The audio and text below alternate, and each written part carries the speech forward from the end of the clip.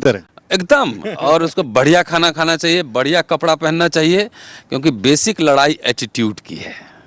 वो आपको देखना ही चाहते हैं फटा हुआ, देखना ही चाहते हैं टूटा हुआ। आप मुझसे मैं नहीं कहना चाह रहा था, आप मुझे कहने को मजबूर कर रहे हैं कि इसी बात की तो तकलीफ है कि जब एक गरीब का बच्चा, शेड्यूल कास्ट का बच्चा जो है मूछे तान के जो है बुलेट पे निकलता है या अपनी गाड़ी में निकलता है, तो तकलीफ उनको होनी चाहिए जिन्होंने आज तक हमें इस स्थिति के लिए जो जिम्मेदार हैं।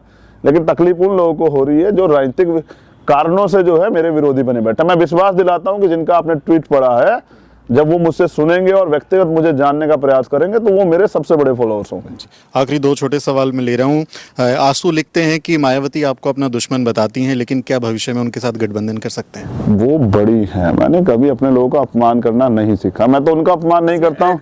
131 कल वो बुलाती हैं आपको जी कि भाई चंद्रशेखर आ जाओ, शामिल हो जाओ, क्या करोगे? दो चीजें। पहली बात यह है कि आपने कहा कि वो दुश्मन बनती है, मुझे नहीं पता किन कारणों से मानती हैं। तो मैंने कहा वो बड़ी हैं हमारी, उन्होंने अपने समय में काम किया है, लेकिन मैं अब उनके बोझ को कम करना चाहता हूँ। मैं चाहता हूँ बुआ आराम करे, उनका भतीजा काम करे।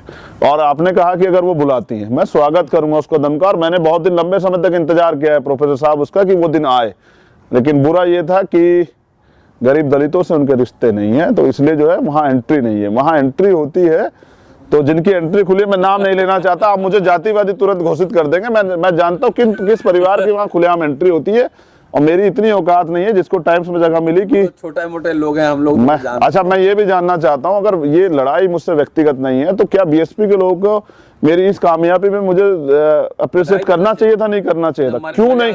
ये मिनिमम कटसी है। मैंने उनके जन्मदिन पे उनको बधाई दी, मेरी जिम्मेदारी बनती है। क्या उनकी जिम्मेदारी नहीं बनती थी कि वो अपने बेटे को जो है प्रोत्साहित करती, वो जो और ज्यादा मेहनत से काम करता?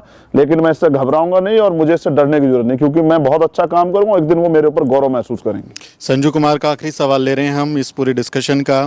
उन्होंने लिखा है कि क्या आप भी बहन जी की तरह हमेशा अविवाहित रह के समाज की सेवा करेंगे या जल्दी शादी करने वाले हैं? देखिए, ये मेरा व्यक्तिगत जीवन से जुड़ा सवाल है, इस पे कुछ सच्चाई मैं आपको अभी नहीं बताने वाला हूँ।